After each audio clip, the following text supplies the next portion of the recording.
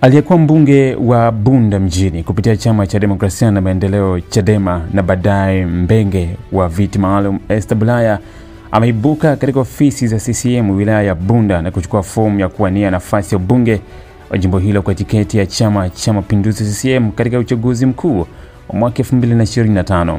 Bulaya alichukua fomu hiyo katika ofisi za CCM wilaya ya Bunda akisisitiza kuwa amerejea nyumbani kwa nia ya kuwatumikia wananchi wa Bunda kwa moyo wa uzalendo, uadilifu na uwajibikaji. Nimerudi nyumbani, nimechukua fomu kuwania ubunge wa Bunda nikiwa nia moja tu, ni kutumikia wananchi kwa juhudi na uaminifu.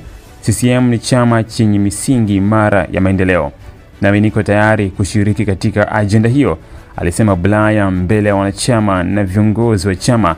Esther Bulaya aliyekuwa mbunge wa viti maalum kwa tiketi ya CCM. Mkuu wa chuo cha Kilimanjaro Institute of Technology and Management kilichopo Mwenge jijini Dar es Salaam chenye ithibati na usajili wa NACTVET namba REG/ANE/029 anapenda kuwatangazia nafasi za masomo kwa ngazi ya diploma na certificate kwa muhula wa masomo utakaoanza Oktoba 2025 katika kozi za IT, Hotel and Tourism Management, Front Office, Business Administration, Accountancy, Procurement and Supply. Chuo kimebobea katika ufundishaji kwa njia ya vitendo na kimeweza kutoa wanafunzi wenye weledi. Wengi wameajiriwa ama kujiajiri, na kwa wale ambao wameamua kuendelea na degree wameweza kujiunga na vyuo vikuu bora hapa nchini na nje ya nchi. Pia kuna kozi fupi za computer application, graphic and design, video production pamoja na CCTV camera. Kwa maelezo zaidi piga simu namba 0717816034 au 0754864361. KITM, elimu na ujuzi kwa uchumi imara.